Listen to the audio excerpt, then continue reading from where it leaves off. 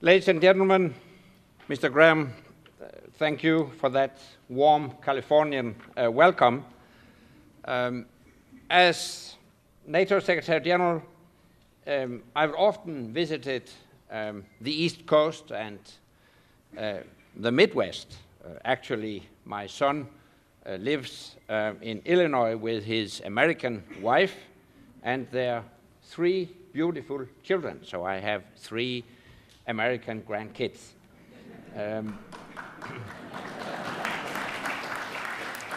But I am delighted to have gone further west and be in San Francisco to discuss issues that are important across America and in Europe. And I would like to start by thanking the Commonwealth Club, the World Affairs Council of Northern California, and the Marines Memorial Association for co-hosting our meeting. And it is a special privilege to speak in this living memorial to the U.S. Marines. They served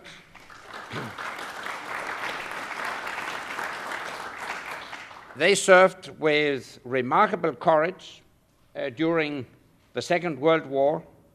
They continue to do so, including in NATO-led missions around the world. I have worked closely with 2 outstanding Marines, General John Allen and General Joe Dunford, who have commanded our NATO-led mission in Afghanistan with skill and determination. And I am delighted that General Dunford has been nominated as the next commandant of the Marine Corps. He is a brave man, a great leader, and I'm confident that he will continue to serve with distinction.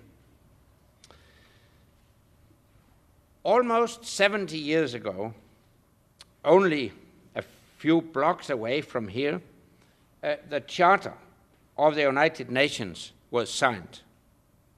Actually, I stay at that very hotel while I'm in San Francisco. So it's an historical place. On the other side of the country, the Bretton Woods agreements created the institutions that would guide the world through its longest and greatest period of economic growth to date. A few years later, NATO was founded to unite America and Europe in the world's most powerful alliance.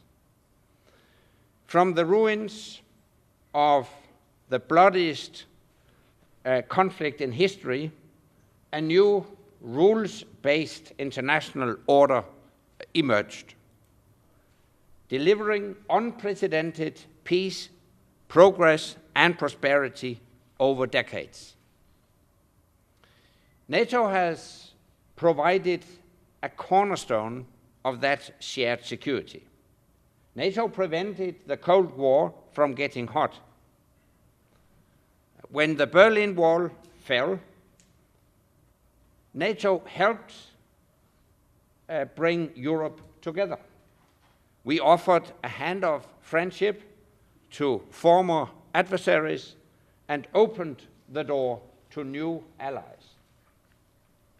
Today, we are an alliance of 28 nations and 900 million people, including everyone here on the West Coast.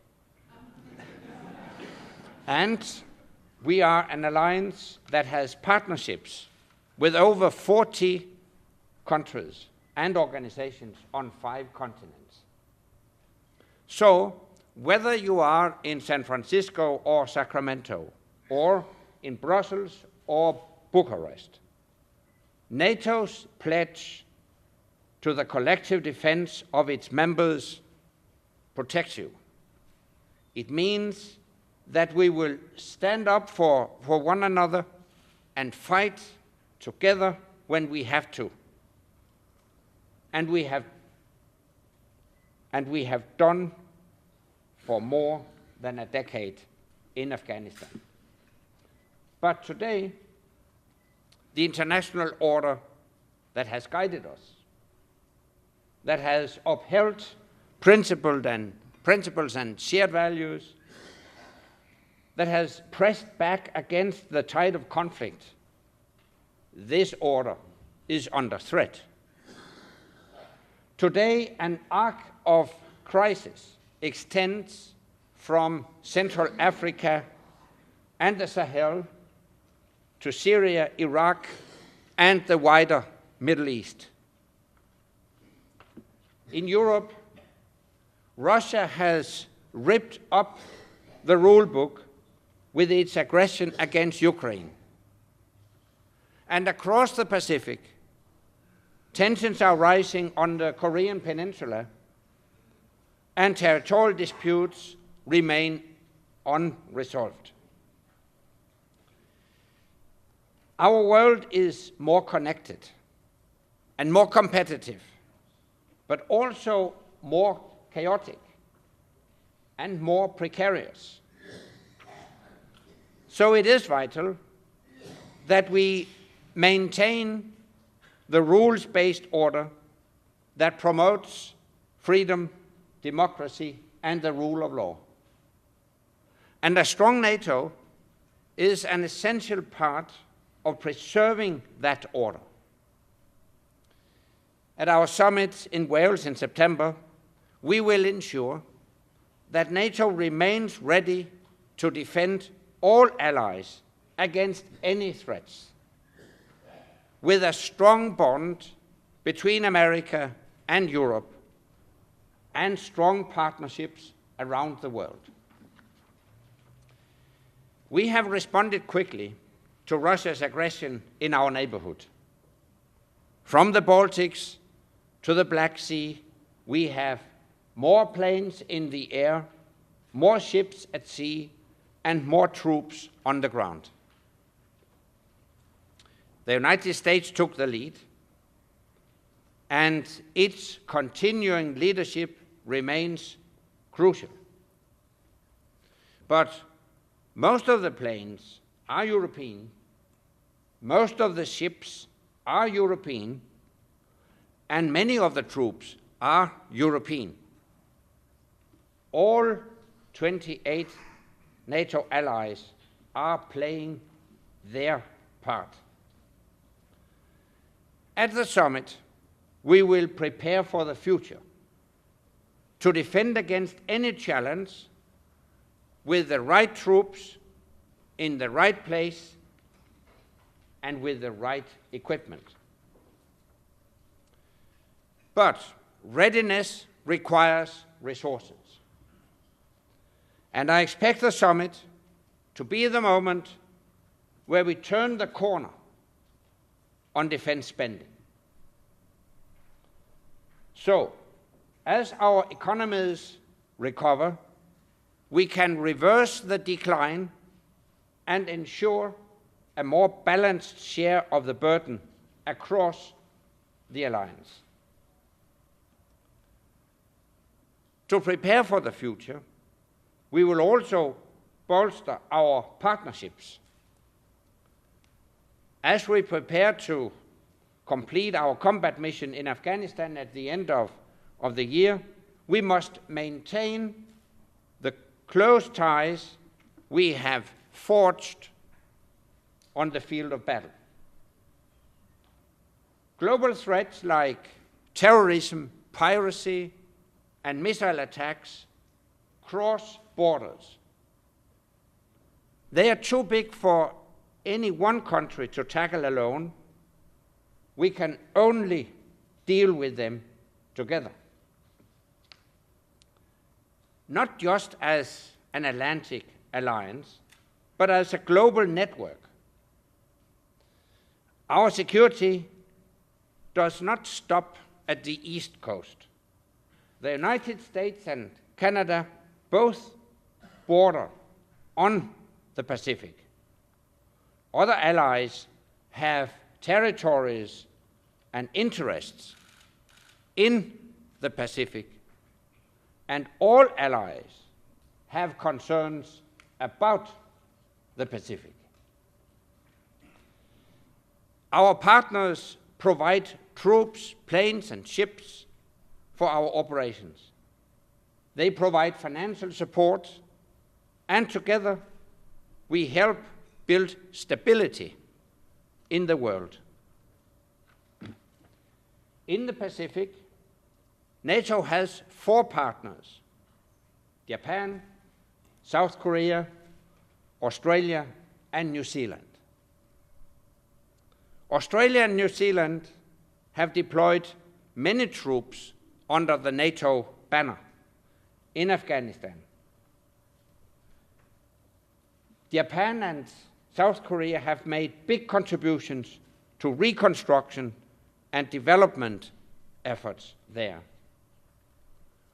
All 4 Pacific partners have taken part in our mission to fight piracy off the coast of Somalia. And all 4 have signed formal partnership agreements with NATO. We are deepening our political dialogue and extending our practical cooperation to new areas like disaster relief and cyber defense. In the last few years, I have visited Australia, Japan, and South Korea. I was struck by how much their citizens know about NATO and by their enthusiasm to do more with NATO. And we want to do more with them because while we may be far apart on the map, we share the same values and the same commitment to a more stable world. Ladies and gentlemen, both Europeans and Americans have a stake in making sure that the Pacific Ocean can live up to its name and remain the peaceful ocean. The success of the Pacific region depends on trade. Trade can foster growth and cooperation, but on its own, it cannot deter autocratic regimes, it cannot defend against attack, and it cannot guarantee peace. For this task, we need a strong, transparent, rules-based international order, an order that we started to create in this very city all those years ago. One that is upheld by the unshakable bond between this great country and its closest friends in Europe, an order that NATO will continue to uphold in the decades to come. Thank you very much.